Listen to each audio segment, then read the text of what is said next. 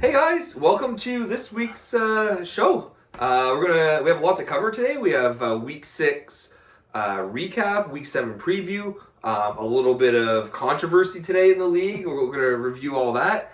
With us today, we have obviously Nick as always, and a new face, Sean, the GM of the Charlie Browns, formerly known as the King Hanks. What's going on, guys? Welcome aboard. Nice to have you here. Good to be here. Yeah. I love that we've had different guests almost every week. It's nice to see all the different faces in the league. Again, another one of the founding members of the league here, too. Yeah, one of the OG members here. From before it was a keeper league. Am I the first guest you've ever paid? We don't talk about that. We had to bribe him a bit. Like, especially after the bad luck he's had throughout the years in the league. He's owed money. And we got a lot to cover, so Not so much. I guess let's get into it. What a crazy week. Honestly, results, guys. So many matches were so close. Came down to the wire to the very last game. We're going to start off with Nick here. He's going to tell us about like three-quarter shaft versus Kyle with his new team name, Mephisto's daddy. What do you think, Nick? Yeah, it was close right down to the last game, really. Honestly, I messed up making that rental trade today. I didn't grab Yossi for some reason, and Kyle went and picked him up. He ended up with 2 assists, and I lost by 2 assists, so that sucks. Right? He ended up getting a shorthanded point, which tied me in that stat, so it took a point away from me there. I don't think it's updated yet, but... like, had I picked up Yossi, I would have won the week, so their rentals come right back into play. But that's just on me not picking them up, because I made the trade first for all the other guys. I should have just thrown them in there. Let's be real though. Kyle's a pioneer at this rental thing. He's the one who started it years ago. No, he was great to swoop in and grab the last guy from Beltry that I didn't fucking get. And, So you're gonna use my tricks. I'm gonna show you how it's done. Grab the right one, just. So it's more about being selective than. Yeah, I guess. No, the other guys performed well. Backstrom scored a couple assists from Wilson. I got some hits, some blocks in there. Like, it was close in those stats too. I lost by 1 or 2 in those categories as well. So all in all, like, the rental got me this week. Just not great getting the right guy. That was a good week though. Sean, we're going to you. You're going to tell us about Team Ramrod's victory here over Please Don't Feed the Goalie. Well, looking at it all week, could have went either way. Yeah, it could have. Was rooting for the other way, but good for you, buddy. Honestly, it came down to Nick Leddy today, me picking him up on the waiver wire, and he came through for me today. Funny thing is, I've been looking at Nick Leddy all week. Almost picked him up. Glad it came down to you, but good on you. I mean, yeah, those stats are close, man. I could have went either way. All day I was worried. I was watching, Well, that's what makes it fun, though, the hockey league, is when you don't know what's going to happen. You're on the edge of your seat all day, I find, at least personally.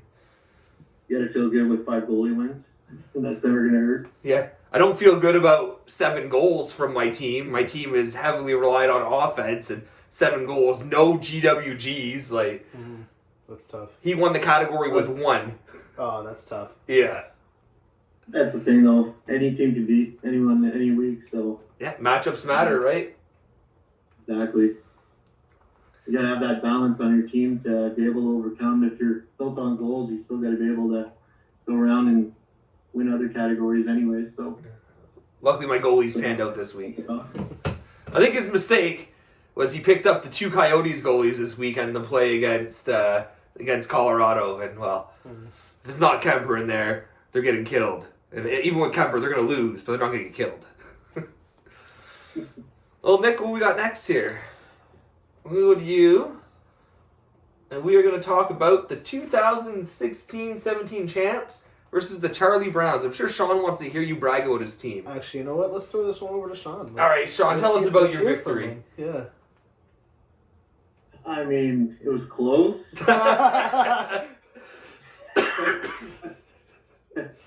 It's just one of those weeks.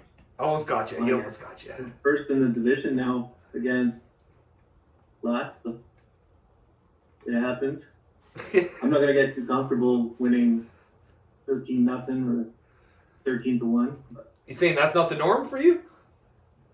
It has been maybe the last couple of weeks, with the exception of that Pacioretty week. That was a good week. But I just want to bring attention quickly to Sean here. We're showing up in jerseys every week, and he's wearing an Atlanta Thrashers jersey.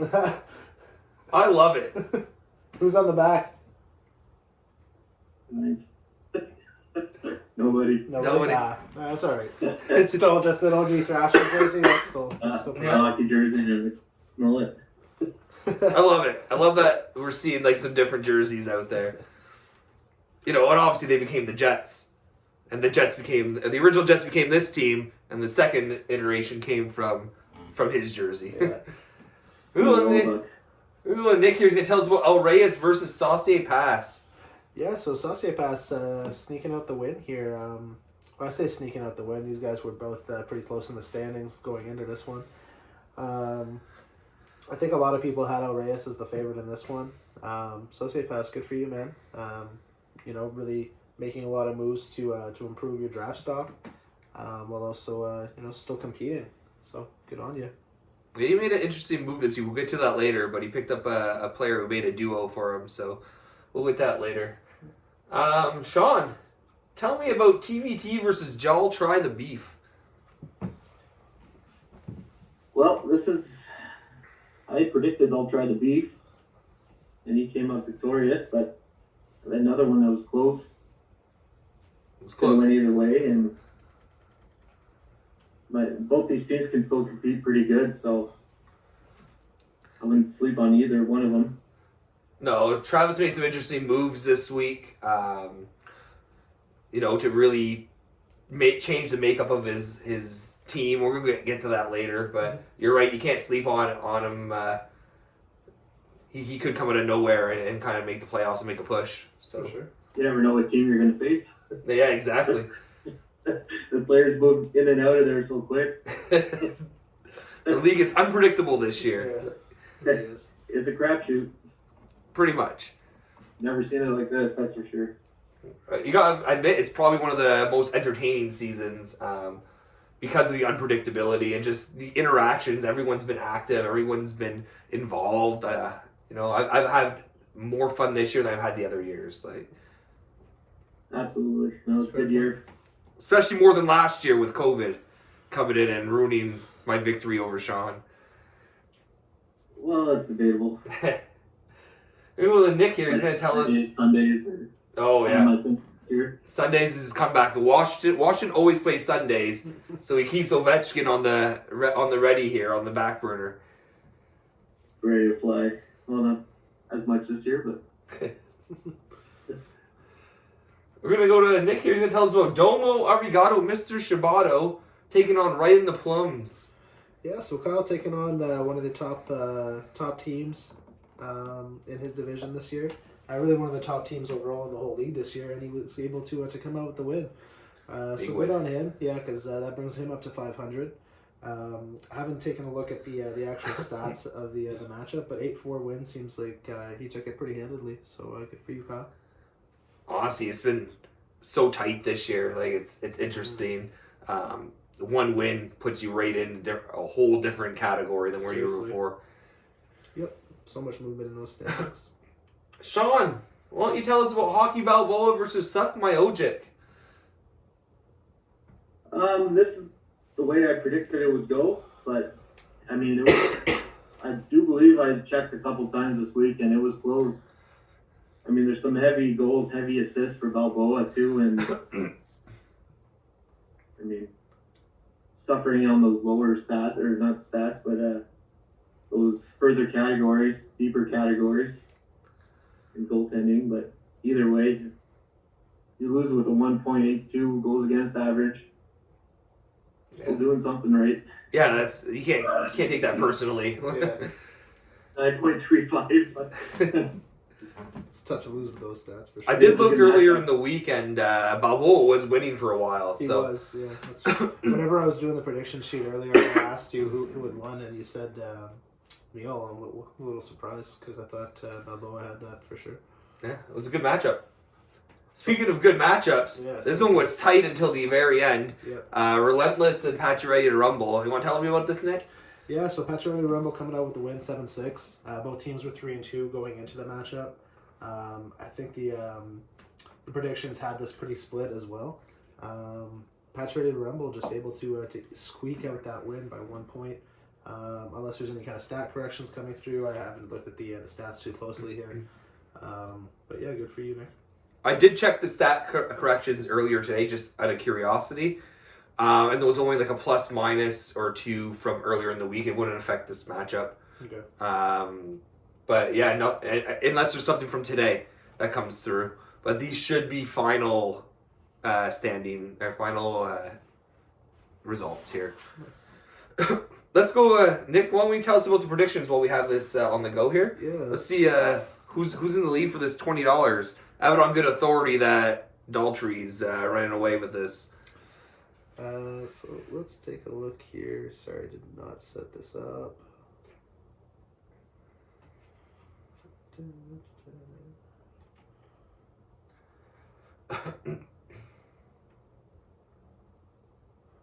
All right, so as we can see again, I let us down.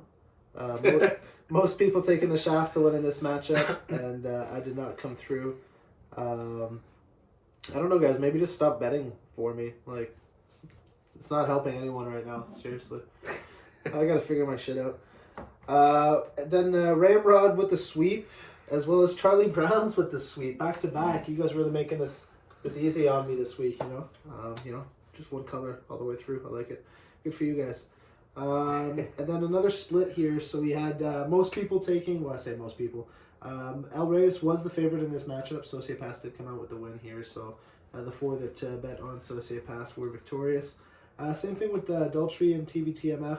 Daltrey had was a heavy favorite in this one, and he did come out with the victory for us there. The only person betting on Plums in this matchup was Plums. So he was able to squeak out the win for himself. Bet on yourself. That's what happens. You should always bet on yourself. You're doing something wrong if you don't have confidence in yourself. Well, it didn't really help Braden in this situation because he bet on himself and he lost. Everybody else was able to work out a victory on that one. But he participated. Yeah, he did. He put in his first predictions. And then lastly, we had Pacioretty and Relentless. 3 people taking Relentless. Unfortunately, he did come out with a loss there. So the 6 who took Pacioretty were victorious. Looking at the week overall, Daltrey had the best week at 7-1. We had a couple of people at 5-3, 6-2. There was one at 4-4. That was Braden. And then we had the one person under 500 was Travis at 3-5. So looking at the overall records here, Daltrey is still in the lead after another big week, 7-1 this week. So his overall record is 31-17, followed closely by the cherry picking Dons. So Kyle right behind him at 28-20, Miguel at 26-22, Shane at 26-22. We have our guest here at 23-17, good winning percentage there as well, and then pretty much everybody else at or under 500. So it's still anybody's game right now, but Daltrey is in the lead for the time being. Still plenty of weeks left, right? We've still got 7 weeks left, so that's true. Yeah. A lot can happen in 7 weeks. Yeah. I guess now we're going to go to trades, and man, there were a lot of trades last week. I'm so fucking high right now. I don't want to deal with this, man. There are too many trades to go through. There are so many trades, guys. It looked like it was going to be a quiet week. And then the weekend happened again. Yeah. So it seems like we like to get involved in the weekend. On the weekend, that's when everything goes down. But we're going to go over the majority of the trades, and then we'll talk about the last bit of trades all as one. And that being all the rental trades. Yeah, okay. We'll talk about all that as one lump sum. But all the actual individual trades that are permanent, we're going to talk about here. We'll start with you, Nick. Tell me about Braden traded Suter and Kyle Plumidor's 10th over to Daltrey for Theodore and Relentless's 13th. It's not a bad trade, honestly. I like Shea Theodore. I know Daltrey was shopping him pretty heavily there. He's not a bad defenseman at all. One of the best young defensemen in the league. Doesn't put up a whole lot of grinder stats, but he is going to put up a lot of offensive stats for a defenseman. To only have to pay a 10th, not really bad. Daltrey got his grinder that he was looking for in Ryan Suter. Not a great, like a terrific grinder, but he will put up the blocks, the hits. So all in all, I think it was a good trade for both teams here. The 10th and the 13th, mid to late round picks, like doesn't really matter that a whole lot there. But yeah, good on Daltrey to get an upgrade in the pick whenever he was shopping Shea Theodore so heavily. Yeah. What do you think, Sean? Anything to add? No, I agree with that. Yeah, Shea Theodore, those grinder stats just weren't there. Daltrey tried to send them over to me, but I think Daltrey's strategy though is I'm going to send this trade to 5 people and see who, if anyone accepts. Like 5 people 5 times. Yeah.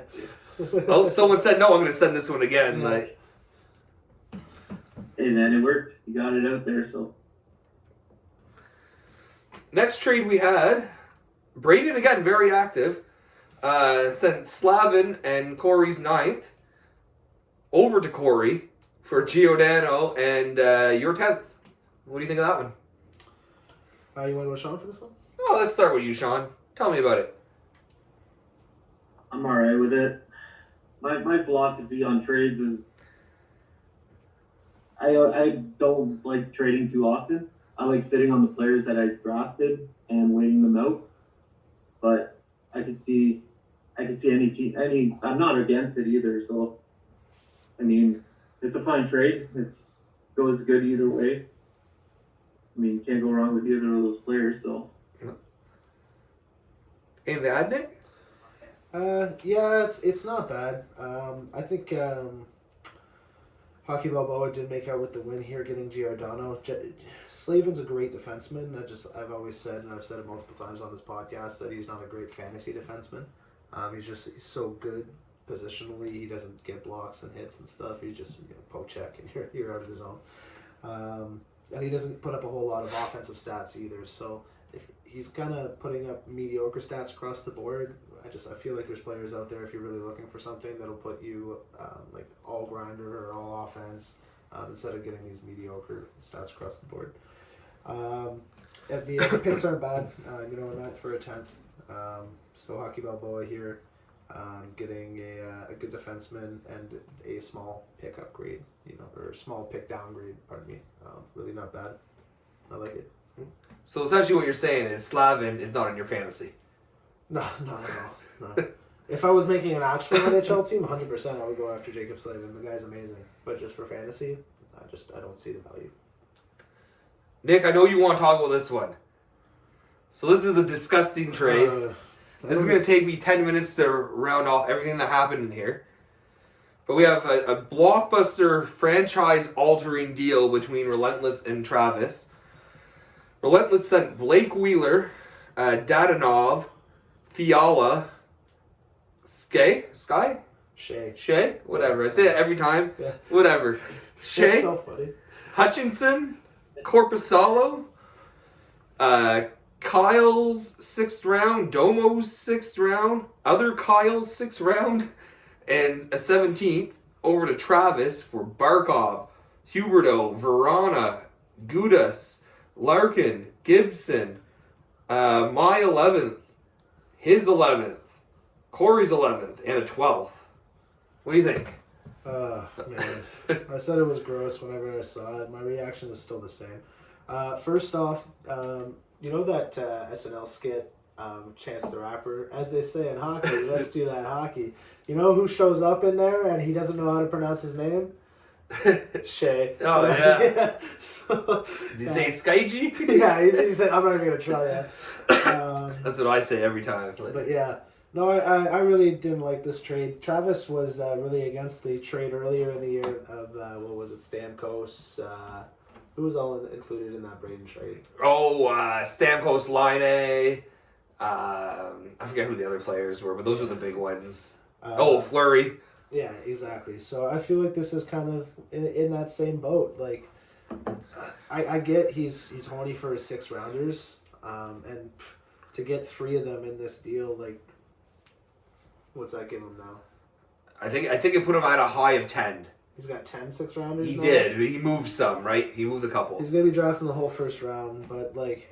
Well, the Travis's draft. I know, but he got what, one keeper-worthy player out of this, Blake Wheeler. I wouldn't keep any of those other players, but he gave up 3 very, very good players in Barkov, Huberdeau, and Gibson. So you're essentially giving up Barkov for 1.6, Huberdeau for 1.6, and Gibson for 1.6, along with all like Blake Wheeler. I really didn't like it for Travis. I don't know if there was a lot more 6 out there that he could get for these players. I don't think he could value, but I would have maybe tried to get at least some kind of keeper-worthy value in return instead of these 6-rounders. You know. He did make other moves that kind of filled his keeper spots, but I really didn't like this trade from the start, and just looking at it, I still think it's gross. Sean, buddy, I'm sure you have an opinion on this. I saw this at 4 a.m. and it hurt my fucking brain, and it's still... Just trying to dissect this is just crazy. I mean, good on them for doing it, and it's a lot of movement going each way, but I mean, those guys for a 6th, maybe you could go better, but I don't know, with the prices we've seen this year, right? Like, you're going to produce. Yeah. Oh, yeah. I really think Relentless, like... He fucking raped him. Like, clear-cut rape. Relentless walked out with a good deal. 100% he did. I did not see this coming. I was like Sean. It was like 1 a.m. and I saw this trade come through, and like I'm not awake enough for this. I'm going back to bed. I know he was shopping Gibson and like, but to throw in Huberdeau and oh man. I thought Huberdeau and Barkov were going nowhere. I thought they were like his foundation. The pace that Huberdeau is on as well. Like man, you know you're gonna get offense out of those 2 Florida boys on a nightly basis. Like it's good for you, Relentless. Good for you, bud. But, you know, like, there might be method to his madness. Like, he's reshaping his franchise, and you gotta do that sometimes when you have year after year of failure, right? Yeah. So at one point you gotta say, when do I change? When do I switch up my foundation here? Travis needs to change after that, right? Like, god damn, burn those clothes, buddy. Fuck. Leave no evidence. Yeah. Jesus, forget it happened. Well, on another note, Sean, we're going to ask you about this one. Relentless sent Verona after that big trade. Verona and Daltrey's 14th over to Domo for Parayko and a 16th. Parayko. Whatever, Parayko. I'm not good at speaking. Not speaking, he's pronouncing. What's he out for? Is he protocol? I don't think he's out for protocol, but I think he's back Saturday. Yeah. Yeah, he's not long term injured. I mean, I've had him before as a defenseman, and he's solid to have there. I don't know what his year looks like. I mean, he's St. Louis, so he's probably solid. He hasn't played many games because I was looking at him as well. I also had him a couple of years back. He is a very good defenseman. He's a fantasy stud. Yeah. Jakub Vrana is also having a very good year, though, too. So for Domo to get a pick upgrade and a good player, for a defenseman who's been kind of hit and miss this year, often injured, I like the trade for Domo. They're good for him. Doesn't make a lot of trades, Domo, but he seems to be making some good ones this year. He seems to win most of the trades that he makes. Yeah. So don't deal with him. No. Yeah. No, it's good. It's good for the league when everyone gets some good trades. So. Intimidating too. Gets you wanting to trade. Even though you don't have to sometimes. Yeah. Seeing all these trades go by, you just don't want to get behind. You get the itch. Like, I want to get involved in this. Like, I'm relevant. Trade with me. Remember me? I have a team too. Nick, buddy, why don't you tell us about Corey sending Kessel and my 7th over to Domo for Taylor Hall and a 10th. I really like this trade for Corey. Taylor Hall is having a down year this year, yes. But he is going to be a free agent again next year. After playing in a shitty Buffalo team, he's probably going to want to go somewhere that is already established, that scores a lot of goals, that he knows he's going to be able to contribute. So I think that if Corey ends up keeping Taylor Hall, that he probably ends up winning this trade. Kessel, he plays every day. I looked at the Iron Man streak the other day. Oh man, he's up there and like he's right behind Keith Yandel by like 30 or 40, something like that. But they were both at like 800 and something games. So seriously, you're gonna get games out of Kessel. It's just that Arizona team doesn't score a lot.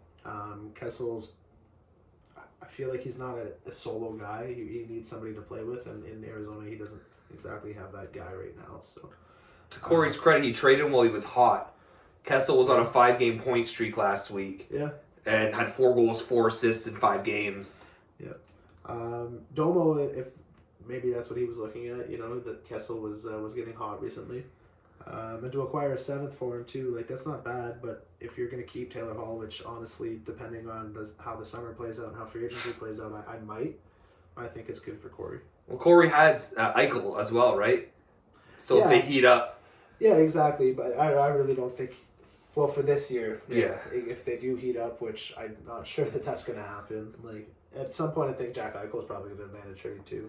Oh yeah, there's already rumors, right, that the Rangers are after him. Is he from New York?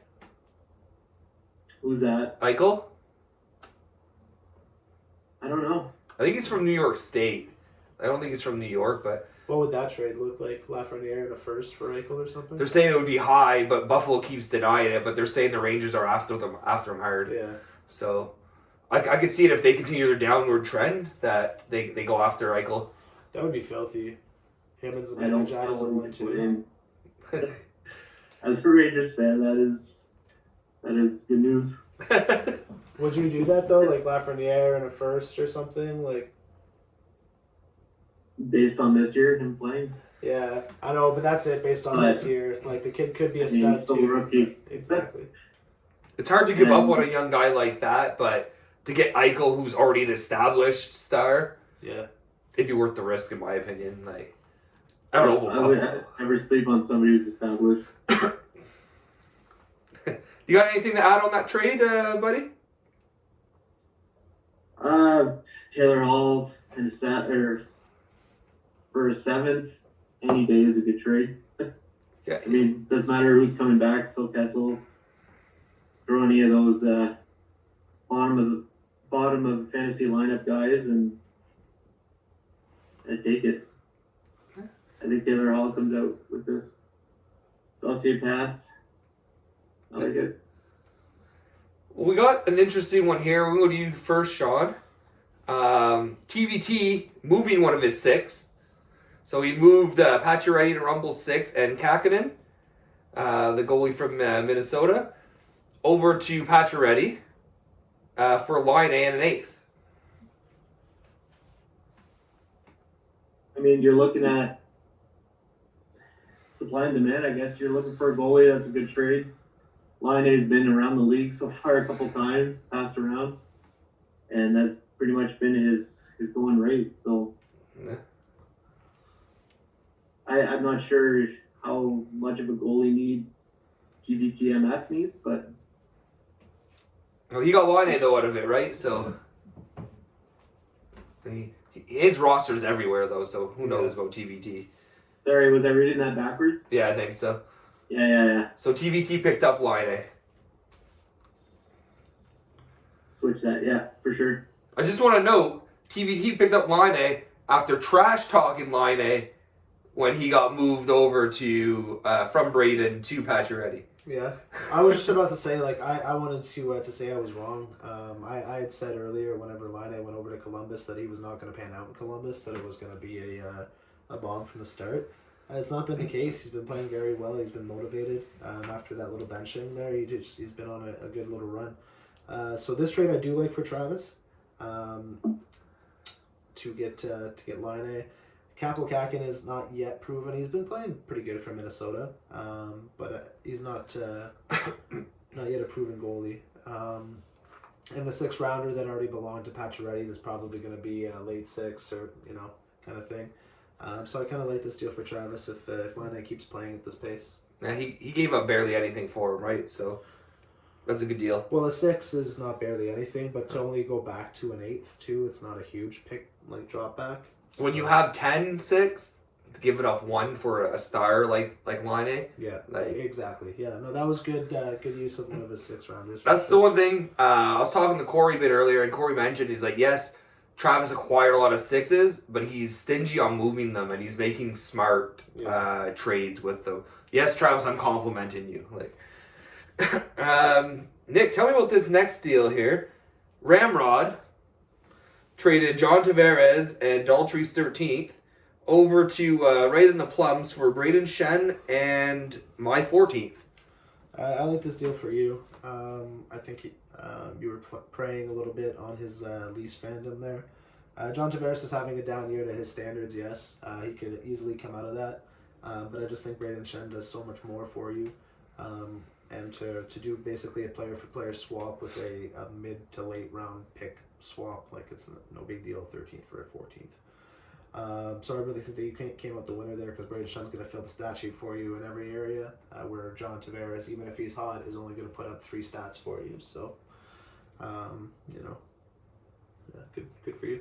What do you think, Sean? Being the former owner of Tavares. Yeah, I'm the idiot that dropped him, eh? I don't know. Hedman's working out for you. Oh, I was keeping Edmund no matter what. It's Vanderjag that I kept instead of Tavares. Yeah, that could have went either way. Turned the heat up. Yeah, it was a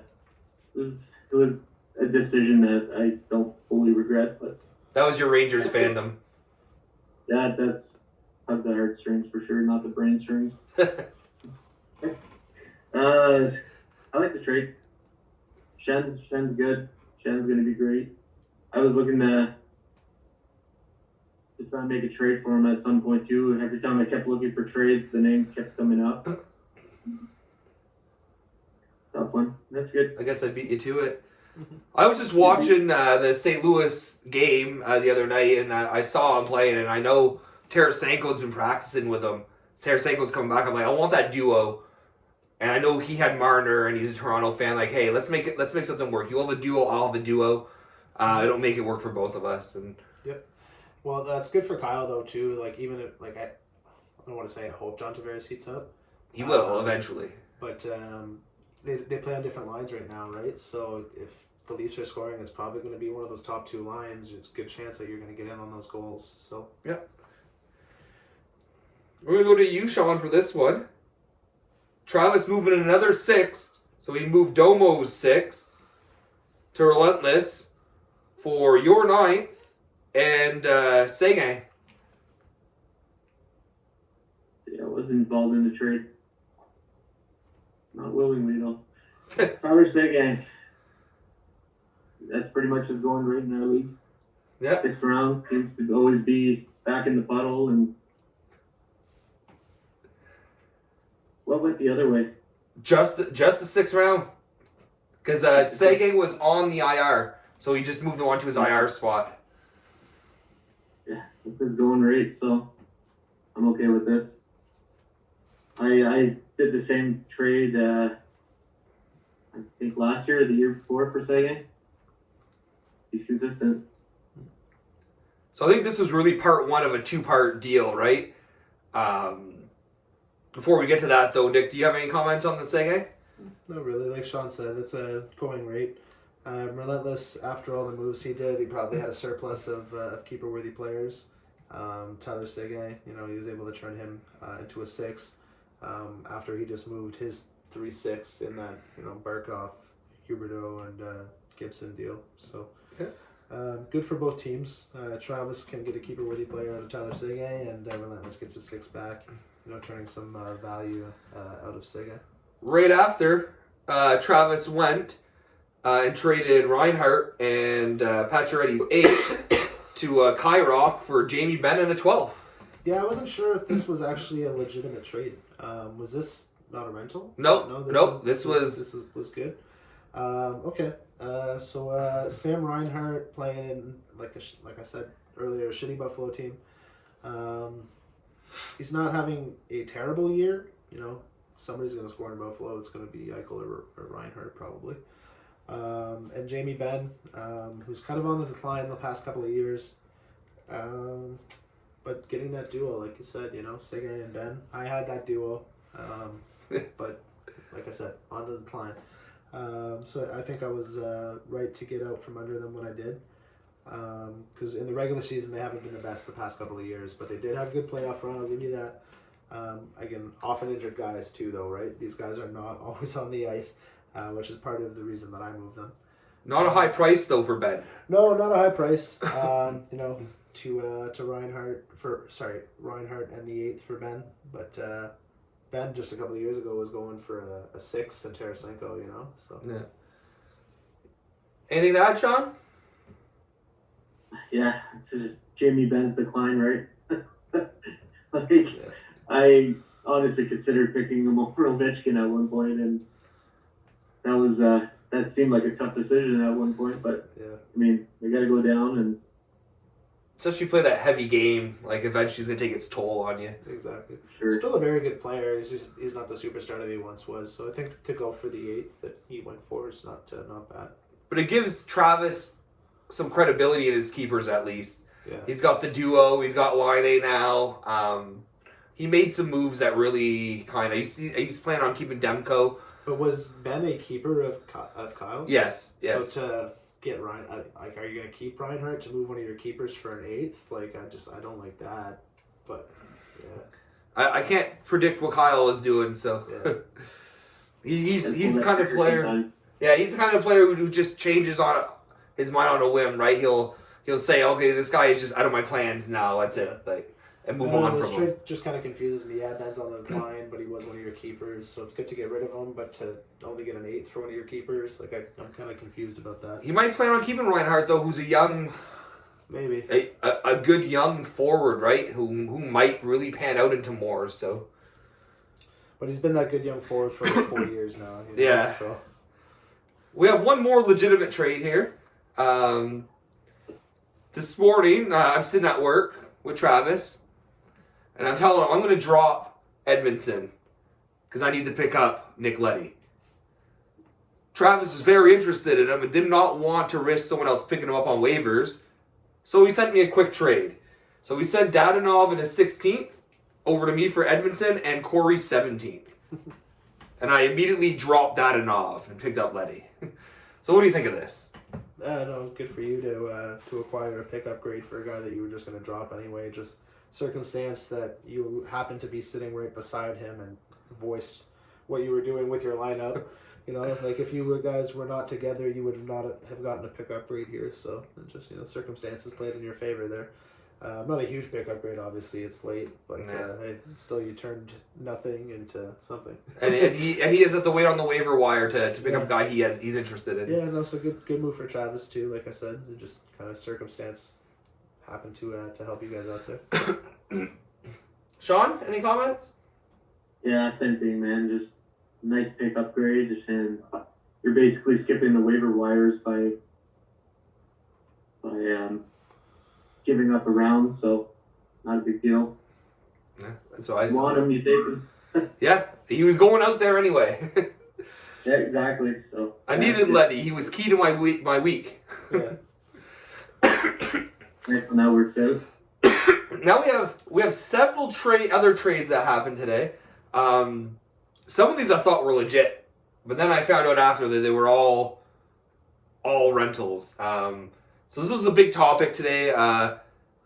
When we talk about the rental players, there's a lot of rental trades. We're not going to go over everyone individually because they're all going to get reversed. Yeah. I've already have the trades pending. I just need to wait until tomorrow to actually approve them all. So all these trades are going to get reversed. A lot of teams... These are all rentals? Those are all rentals. Everyone? Okay, yeah. Whatever. Why even talk about it then? It's just a small late to mid-round pick upgrade for guys who are going back the other way tomorrow. Let's talk about the actual situation, though. So I voiced some concern, and it wasn't meant to attack anyone. It wasn't meant to kind of shame anyone, anything like that. My concern itself, we've called out scenarios before where people were not dressing players on purpose, leaving holes in their lineups, and we called them out for tanking. Mm-hmm. So to me, in a matchup this week, it was 8-5. Yes, mathematically, Travis probably was not going to win. Right? He was probably going to get beat, even if you look at the results from the numbers of the players that Daltrey had versus the numbers from the players that Travis had. Travis was probably going to lose, but going into it, there were a few categories that were really close that could have went either way, and I just felt that by trading all his players in the game, it was kind of like another way to tank. There's a lot of different opinions on that. I don't know if you saw the chat. The chat went off today after I posted that. My intent was to kind of spark a conversation and not put any blame on anyone. No one did anything illegal. They were all legal trades. It's just I personally would like to see the league kind of, if you're in the game, try to be winning. And that's what the teams who picked up those rental players did. They were doing everything they could to try to win the game. I would just like to see everyone, if they're in the week, to try to win the game. Yeah, that angle, but also on the other angle too, where if you're in a close week, to be able to just go up and swipe a whole team, basically like I did. I feel dirty about what I did today. It's not the first time I've done rentals, and I hope it's the last. Honestly, he looks dirty too. Well, yeah. No, seriously, just doing that trade, I feel dirty. I would hate to be in a close matchup and lose out because somebody went out and just rented 3 superstars for a day, and reversed the trade the following day kind of thing. So you're kind of looking at it on the other end. Yeah, so I know everybody's thinking about cutting it out. I don't know if we're going to be able to do that entirely. So what I'm proposing is a 1-week trade ban on anyone who's been traded. When you say trade ban, you mean trading back to that player? Yes, exactly. You can trade the... if I could pick someone up from you and then move them to Sean. Yeah, exactly. I don't want to hamper your ability to flip players in trades, and you have to wait a week to make a deal. So kind of like a waiver waiting period where there's the 48-hour. Yeah, so if you're going to make a trade with a GM and you're going to trade for rentals, you got to hold on to those rentals for a week. So I think it's really going to curb rentals in the first place. People who have those players that are sought after are not going to want to lose them next week. So honestly, depending on the situation, maybe later on in the year we run into it where somebody who's secured first place kind of thing just starts renting because he doesn't really care about the next week and not having those players. But maybe that's something we can talk about. I don't think we can implement anything this week, but in the chat we'd probably like to have a discussion. I don't think that you'll be able to cut it out entirely. People are going to find ways around it. But if you can have a kind of 1-week trade back ban, honestly, I really like that idea. Honestly, what do you think, Sean? Yeah, that's a good idea. I'm not a fan of rentals, but then again, I've never been in a tanking situation. Yeah. Oh, look at this guy. Backdoor brag. Right up there. I really do like that idea, and what I want everyone to do is take your time and message me on what you think about Nick's idea here. I really like that, because I've done a rental player scenario once. 3 times I've done it, and I felt dirty every single time. I've been the person buying, and I feel like, man, this really sucks that even if I do win, that I did it with players that aren't mine. It's fucking dirty. And I've been I think every trade back is good. Yeah, I've been the player selling too, where yeah, it's great that I got a 14th for a 15th, big fucking deal, but it might end up throwing something in the long run that might end up hurting. I don't know. I don't like it to begin with. I was doing it because everybody was doing it. It was an advantage to be able to pick up those players late in the week. But I just think completely understand, right? And that's why I wanted to bring it up so we can kind of talk about it and kind of get a solution that works for everyone. Yeah. When I did it, it was a little bit different. I did this deal with Kyle a couple years ago where I picked up 2 star players. I traded my 6th. The condition was I was going for it, and if I decided I was going to sell at the deadline, I would get my 6th back and give him a 9th and those players back. See, that would work because you're holding those players for more than 1 week, right? Yeah. So like, you could do stuff like that, but... And I have to trust him that, he would do it, right? Yeah, exactly. But if you didn't, then I had Carlson, and I forget who the other player was. Like, but that's another thing, too. Like, we have people in the league who are a little bit more outside. I think somebody made that point in the chat today. I don't really look at all the messages. It was a really good point. It was a really good point. Exactly. So people who aren't exactly connected with the other GMs, like, we have a very close inner circle here. Like 4 or 5 GMs who would make these trades all the time. Like, I think Daltrey and I have gone back and forth 3 or 4 times now, just because we have good relationship. But people who are on the outside don't exactly have those relationships, so it's kind of an unfair advantage for them at that point. But, you know, you can reach out, make those relationships, sure, absolutely. Like, that's what the message boards are for. But the trust isn't. Personal chats, but the trust isn't there, exactly. So, like, Relentless and stuff, these new guys, I wouldn't trust that guy. He's raped everybody. I'm just kidding, Relentless. No, I completely agree. Honestly, I didn't have a solution in mind. I really want people to bring their solution, but I really like Nick's idea. I want you guys to tell me what you think about it, but also if you have a better solution, let me know, and we'll bring it up, and we can discuss it. Since day one of the league, I've been a big fan of bringing it to everyone to kind of openly discuss, and majority rules, right? I don't think this is like a dictatorship. I think it's, hey guys, let's decide as a group what's best for the league and move on from there. So if you like Nick's idea, let me know. If you don't like it, let me know. Let me know why you like it or don't like it. If you have a better idea or an idea you might think might work as well, let me know. We'll take all this information. We'll bring it up again next week in our podcast here and kind of discuss it some more. I've never been a fan of doing changes mid-season because it could have impacted, like if we would have had this rule in place at the start, it could have impacted how things would have played out differently, right? Mm-hmm. But if everyone's on board, then we can just obviously, without it being an official rule, just follow it anyway, right? So we'll talk about it over the next couple of weeks. But going into next year, I'd like to have like a solid plan in place for how it's going to go. Like, let's be real, there's 3 weeks left before the trade deadline. Rentals are only going to be a factor for the next 3 weeks. So if we have something solid going into next year, I'd be more than happy. That's pretty much the only thing that made me okay with it is after trade deadline, it's not happening. I mean, you're still going to get the same guys fighting for spots, and when's trade deadline again? 3 weeks? March 25th. So during the week 10 week, I believe it is. About 3.5 weeks. Yeah, okay. So 3.5 weeks-ish. So I know we've been really busy with trades this year, so keep them coming in, guys. Yeah. Now that we talked about that, there is something else I want you guys, your participation in. Nick and I have been throwing ideas around for a while. We're always throwing around ideas. We talk about, you'd be surprised how much we talk about this when we're not doing it. I'm confused. We talked about more ways to mix things up, being that we're halfway through the season. Oh, yeah.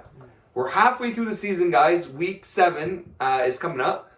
We want everyone to participate and send us in some predictions, some bold predictions on what you think is going to happen this year. Maybe it's TVT makes the playoffs. You know, maybe it's Ramrod doesn't. Like, send us in some bold predictions. Don't be shy. We want to let's get creative and let's see who can make a prediction come true here. Yeah. So if you have any, send them in. We want to read them all out there next week, and we'll keep track of them, see if any of them come true. So we're thinking of having 2 categories for that, though, right? One for our league and one for the actual NHL? Yeah, we would like to see some bold predictions for the actual NHL as well. It's just for fun. It gets some participation here, and let's get everyone in on that fun. Yeah, no, that's good. Prediction already, Eichel's going to end up as a Ranger, buddy. Bold prediction. Bold prediction. We're going to go over to our Week 7 preview, guys. I don't know about you guys. I'm excited about Week 7. I'm going to start here with Nick here. He's going to tell us about his matchup.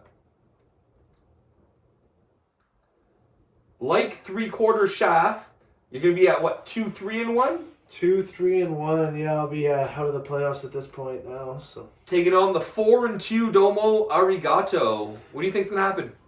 Yeah, I really got to figure some shit out there. I'm gonna go back to the whole shaft. You know, I'm done playing around with the names there. So I'm still the whole shaft. Domo's been hot this year. He's gonna be coming off the loss. I'm coming off the loss. So we're both gonna be wanting to get on the win streak there because that's 2 in a row for me now. That really sucks. Doesn't help that Edmonton got shut down this week. Like, no, I just that's excuses. Sorry. I don't want to make excuses. No. We both had good weeks. You know, it was close. Yeah. It really sucks that Dubnik had to let in fucking 7 last night. I can't believe they let him in for all 7. I know, They kept right? him in. Honestly, it probably helped me in the long run that he got more playing time to kind of help even it out. Balance his save percentage. I won both of those stats just because Vass had back-to-back shutouts. You know, like I still won the goalie stats after a 7 goal loss. So kind of sucks, but. Yeah, I'm gonna take myself again. I'm always gonna bet on myself. But Domo's a good team this year, so it's gonna be a tough matchup. On the other end of that 7-6 game, we had Sean's goalie here attacking everyone on his way out. Yeah, did you see that? If Dubnik would have got me Pims there, would that have counted? I believe no, they don't. No, Goalie, they don't. for whatever reason, goalies don't have it.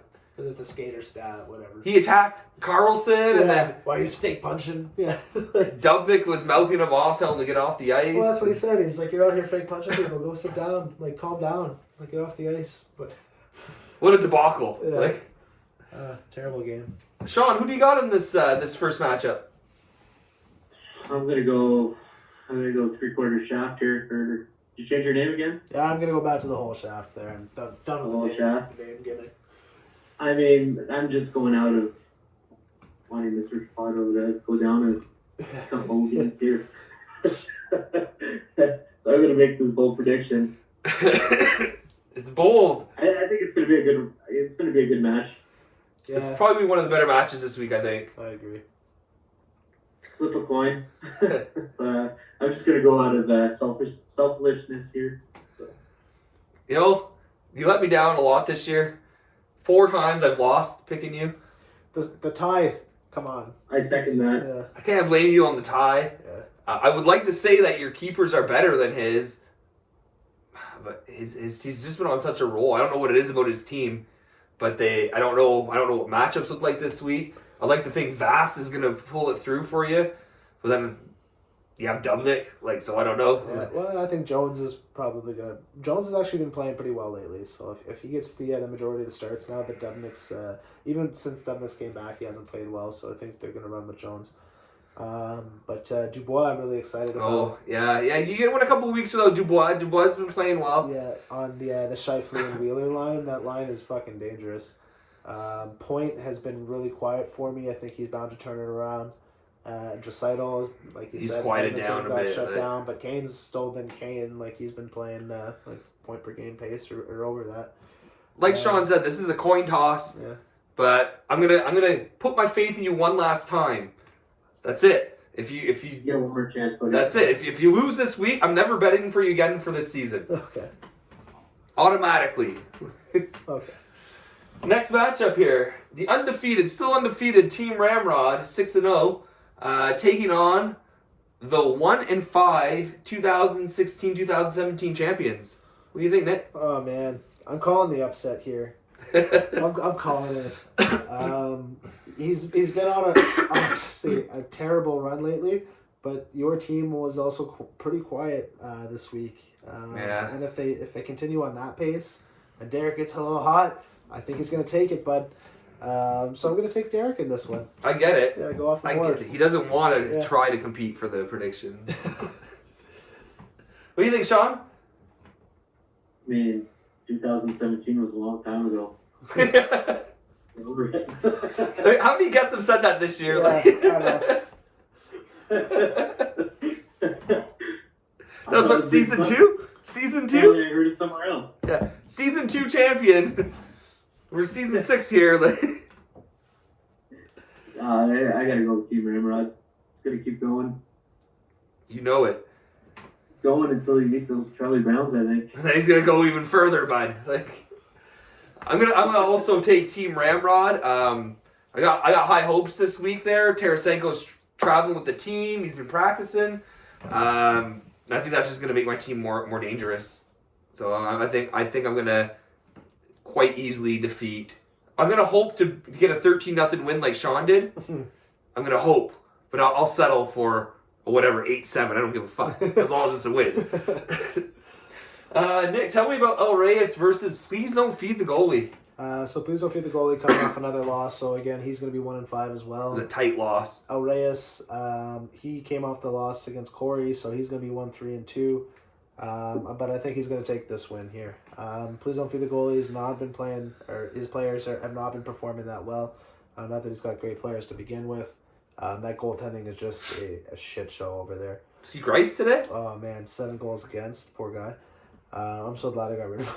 His week hinged on Grice. Yeah. Well, I say I'm so glad I got rid of him, but I got Dubnik, so 7 goals against, like, same thing. But yeah, El Reyes is going to take this one. Sean? Man, El Reyes, I had a hard time with him. He's tied. It's kind of hard to pick against him, but it's just not getting those wins. I'm going to go with Please Get the Goalie. Or Please Don't Feed the Goalies. Almost took out the champ last week, so almost took out number 1. The champ, you heard him. The champ. Number 1. No backpedaling here. Honestly, I like both their teams. I like both their teams a lot. They haven't been getting the puck luck to get in the wins. But honestly, he gave me a run for my money last week. It came down to a waiver wire pickup, so I'm gonna go with Don't Feed the Goalie. I've seen what his team can do. He made smart pickups during the week, calculated ones that really put him into contention for the week. So I'm gonna have faith that he's gonna do it again. Yeah. I love this. Kyle changed his team name again. Mephisto's daddy, now at 3-2-1, is gonna take on Suck My Ojic or Mephisto, who will be 3-3. What do you think, Nick? I think this is going to be close. I know these guys have a little rivalry, and I love it. So Mephisto's daddy, I think, is going to take the win here. He really put up a good week against me. Like you said, I've seen what his team can do. I think he's got a better chance against. I think he's got a good chance against Suck My Ojic. So taking him here. What do you think, Sean? I'm going to go with Suck My Ojic for this one. I think I've been betting on him every week, and he's only laid down half the time. I like the matchup. The matchup could go either way, but I'm just going to keep rolling with it. I agree with you that it could go either way. 50-50. A great name, too. But just because of the name, I'm going to go with Kyle. Like, I love that he wants to be Neil's daddy. Like, so Mephisto's daddy, take it to him, or don't, whatever. Please, I want to win $20. Nick, Daltry the Beef versus Saucier Pass. Yeah, so Daltry at 4-2 here, same record as his daddy, against Saucier Pass, who is now 3-3. So this is going to be a good matchup. Saucier Pass has really had an interesting season. Like I said earlier, stockpiling some draft picks while also improving his current roster. Against Daltry, who's actually been performing very well this year. Very active, making a ton of trades, active on the waiver wire, starting his lineup every night. I love this new Daltry. Yeah, no, it's great to see. It's going to be a really good matchup. I'm going to go with Daltry in this one. What do you think, Sean? I was also going to go with Daltry, but I think I'm going to switch it to Corey over Are you here. just going against anything that I pick? No. Well, you have a pretty bad record. That's why I'm asking. Might not be the worst strategy. I've been betting against Corey actually a lot, and it's time to stop doing that. He's going to come out with a win here. That's fair. Well, I really like what you said there, that, Daltry has the same record as his daddy. I really wish Daltry Sr. would change his name to the Beef Daddy, but That'd be a great name. I think that would be awesome. Yeah. But besides that, I think Daltrey's going to take it to Corey this week. Grubauer's been hot. Corey's relying on the LA duo, and as good as Peterson's been stat-wise, like, he's still playing in LA. So he's got that. I know you said Grubauer's hot, but he also has the 2/3 of the top line in hockey, or one of the top lines. Yeah, he's got Rantanen and McKinnon. Who I watched McKinnon snipe last night. There's such a great release off of no wind up either. It's just quick. I don't know. I think Daltrey's gonna take it this week. Yep. Oh, Battle of the Titans here. Nick, why don't you tell me about Hockey Balboa versus the Charlie Browns? So Charlie Browns is now 5-1. Hockey Balboa is 1-5. So we have a couple people at 1-5. That's interesting. And that 5-1, that one loss, Sean. Where'd you get that? PPDs gave it to me. Oh, PPDs gave it to you. Okay, I'm pretty sure I gave it to you too. But I got fucking walloped. One of my only 2 wins. He wears it with pride, though. So I think I'm gonna have to go with the Charlie Browns in this one, though. At 5-1, the guy's on a 5-game win streak. He's been on a tear. Even that first week wasn't even that not bad. I didn't give him the scores were pretty lopsided, but it was actually very close. So honestly, it could have gone either way. I think you could be right there with Shane at an undefeated status. So I think you're gonna take this one again, Sean. What do you think, Sean? I think Rocky's going to have a comeback here, but it's only going to be in the 8th round. So. Just start with the 8th. I don't know. I think he might play me next week. So even the guys I've been sleeping on this in my team, just should I drop them? Should I trade them? They're starting to pick up for me. The Pajos and even Zibanejad is looking better. So Pajo had a great week for him. I like where my team's at right now. I ain't going to bet against myself right now. Sean, you really haven't let me down all year.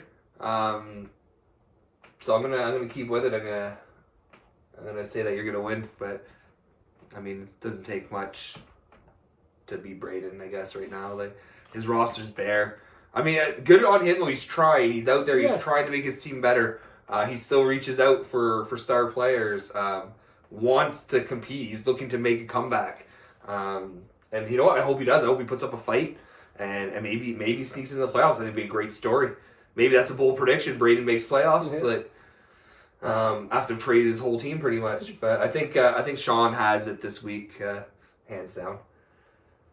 It's an interesting one. TVT-MF versus Patch. You ready to rumble? Yeah, so TVT is going to be 2-4, and Patch is going to be 4-2 there. Just like I say every week, I'm not sure what TVT you're going to be getting, what lineup you're going to be facing there. So does he have his Florida boys anymore? Yeah, so I really have a hard time betting for him. I'm going to go with Patch Ready to Rumble in this one. What do you think, Sean? Yeah, I'm going to have to go that way too. I played him recently. He has a good team. It's going to be a tough one to beat, so. I agree. I really like his roster. I know he doesn't have the best record. Well, he's 4-2 now, right? 4-2. Yep. So yeah, the 3-2 makes it look a little worse, but 4-2 is a lot better. He just snuck out a win against Relentless, but his roster it's just better than Travis's. Yeah. Who knows though? Travis, if he goes out and trades all his 6 and picks up a team, yeah, it could be a whole different story. But as it stands now, I'm going to have to go with Pacioretty. Our last matchup here, we have Right in the Plums versus Relentless. Yeah, so both these teams going to be at 3-3 here. I think this is going to be a good matchup. I'm going to take Relentless in this one. I do like his team over Right in the Plums. I know he just picked up John Tavares, but he also got rid of Braden Shen there. So Relentless just picked up those Florida boys. Yeah, exactly. I know he gave up Rantanen, which I think he's really going to regret later on. But he's got Brad Marchand too for now. Gibson. So, yeah, exactly. I like Relentless's team over Right in the Plums, so I think he's taking this one.